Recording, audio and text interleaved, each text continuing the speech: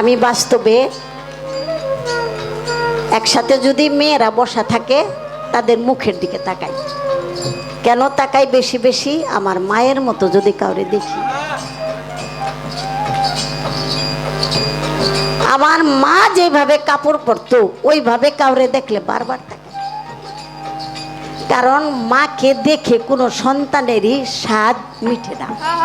মা এমন একটা মা যে কি, যার আছে পত্র সেই মনে হয় বলতে পারে। আর মা যখন চলে যায় তখন তার ভিতরে আরো, আরে আমি মায়েরে যদি এটা করতে পারতাম, মায়ের যদি এটা করতে পারতাম, মা এই কথাটা কইলো শুনলাম না, আরে মাই গেল গা। মানে এই যে ভিতরে একটা আফসোস থাকে। তোমার গাউসিলা যেমন গাউস পাক, আপনারা তো জানেন গাউস পাকের আম্মা উম্মুল ফাতেমা, সেই তার ৬০ বছর যখন বয়স ছিল তখন আমার গাউস পাক মায়ের গর্বে পড়ে। সাধারণ ৬০ বছর বয়স হলে তো একটা মেয়ে ঋতুস্রাব বন্ধ হয়ে যায়, তার সন্তান ধারণ করার ক্ষমতা বেশিরভাগই থাকে না। কিন্তু আমার গাউস পাকের আম্মা ওই বয়সটার নাম বলা হয় সালে আয়াস, অর্থাৎ নৈরাশ্যের বয়স। ওই সময় কেউ মাতৃত্বের স্বাদ পায় না, কিন্তু আমার গাউস পাক ওই সময় মায়ের গর্ভে আসছে।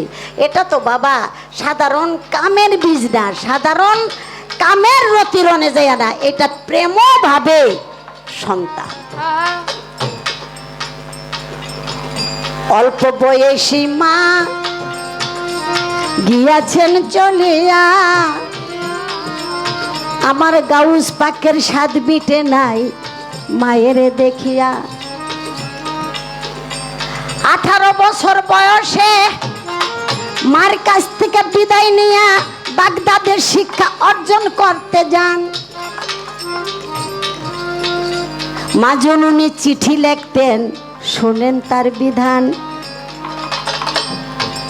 মা কি দিত চিঠির মধ্যে জানেন? মাথার চুল দিয়ে দিত, মাথার চুল চিঠির মধ্যে দিত। আর ওই চুলগুলি দেখা আমার গাউস পাক কান্ত সে আবার লেখতো, মাগো তুমি যদি আমারে এইভাবে মায়ার বাঁধনে জড়াও তাহলে আমি তো দূরে থাকতে পারব না মা, তোমারে ছাড়া তো আমি থাকতে পারবো না। এটা আমার গাউস পাক কান্না করে মায়ের কাছে লিখতেন।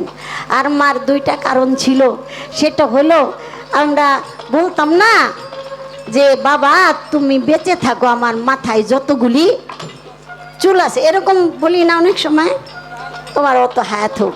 তো মায়ের ভিতরে ওইরকম একটা চিন্তা ভাবনা ছিল, একটা আবেগী বিষয় আর কি। যাই হোক, মাকে হারাইলো গাউস পাক,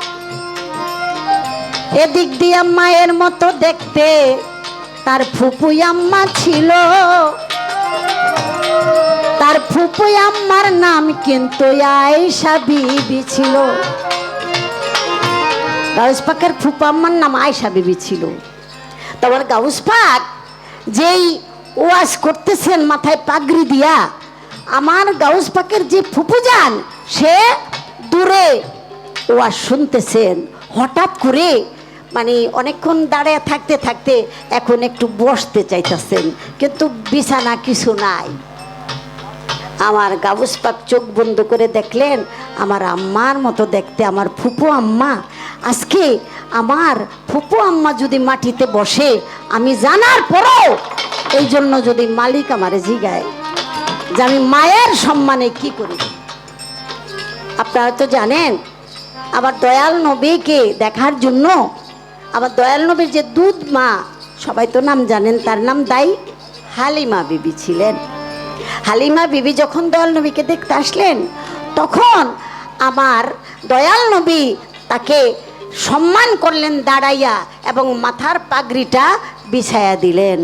সবাই বললেন যে ইয়া রাসূলুল্লাহ, আমরা সবাই আপনার সম্মানে দাঁড়াইয়া যাই, আমাদের মাথার পাগড়ি বিছায়া দেই আপনার সম্মানে। আর এই মহিলা কে, তারা আপনি এই সম্মান করলেন? তখন বললেন, জানো না উনি আমার মা, উনি তো আমার মা। সন্তানের কাছে এর চেয়ে বড় সম্মানের আর কেউ আমাকে বুকে নিয়ে দুধ পান করাইছে, আমারে কত আদর করছে। আমি এই ঋণ কোনোদিন শেষ করতে পারবো না। তাই আমি মাথার পাগড়ি বিছাইয়া আমার মাকে আমি সম্মান করেছি। ঠিক তোমরাও মাকে এই সম্মান এর চেয়ে বড় ভালোবাসার কিছু হয় বাবা? মাসে মাসে টাকা পাঠাইলেন, দামি অলংকার পাঠাইলেন, কিন্তু আপনি তার সেবা করলেন না, আপনি তার কাছে গেলেন না। ওই টাকা পয়সায় মা কখনো খুশি হয় না। মা অসুস্থ হয়ে যায় আপনার বিচ্ছেদে, আপনি টাকা পাঠান, মার শান্তি লাগে না। আপনি যদি একটু শীতানে বৈশা মাথায় হাত বুলান, মা দেখবেন ফাল দিয়া বৈশা পড়ছে, আপনার বুকে জড়ায় গেছে। আর আল্লাহ নিজে বলেছে মায়ের পদতলে সন্তানের জান্নাত। বেশি বেশি যেই সন্তান মায়ের পায়ে চুম্বন করবা, সে যেন জান্নাতের স্পর্শ পাইলা প্রতিদিন। নগদ জান্নাতরে কষ্ট দিয়া, নগদ জান্নাতরে আঘাত কইরা, নগদ জান্নাতরে অপমান কইরা আমরা বাকি জান্নাতের লেগা দৌড়াদৌড়ি করি। আমার আল্লাহ কইছে কি, আমার রাসূল কইছে কি, আর আমরা করি কি? তাই দেখেন কি গুরুত্বপূর্ণ একটা কথা আমার বাবাজি জিজ্ঞাসা করছে। আমার খুব ভালো লাগছে কথাটা। মা নাই, সেজন্য মায়ের কথা বলতে ভালো লাগে। তাই সেদিন ওই পাগড়িটা আমার গাউস পাক তার ফুপা আম্মার জন্য সম্মানের সহিত বিছাইয়া দিছিল। আপনারা যারাই আছেন, ওরে মায়েরই সন্তান, বাড়িতে যাইয়া যখন নাকি মাইরে দেখতে পান, মাইরে একটু ভক্তি দিয়েন, ওই যে দুটি পায়। মা যদি আল্লাহর কাছে একবার চায়, আল্লাহ আমার পাগল রে তুমি অলি বানাইও, আর দেরি হইব না। আল্লাহ কয় আমি মায়ের কথা সবার আগে শুনি। এটা আর স্ত্রীর জন্য তার স্বামী, যেই স্ত্রী তার স্বামী অযৌক্তিক পেশাল পারতেছে, কথা বলতেছে, তারপরও স্বামীর প্রতি হাসি মুখে সন্তুষ্ট থাকে, ওখানে কোনো বিতর্ক তুলে না, আল্লাহ বলে ওই রমণীকে আমি যেই কোনো মুহূর্তে অলির কাতারে নেই। তাহলে দুইটা জায়গা, স্ত্রীর জন্য স্বামী আর সন্তানের জন্য মা। জান্নাত জান্নাত করি বাবা, জান্নাত অত দূরের বিষয় না। আল্লাহ যাতে সন্তুষ্ট থাকে ওই কাজটুক করতে পারলেই ঠিক শান্তি। এর চেয়ে বড় শান্তি আর কিছুই থাকতে পারে না।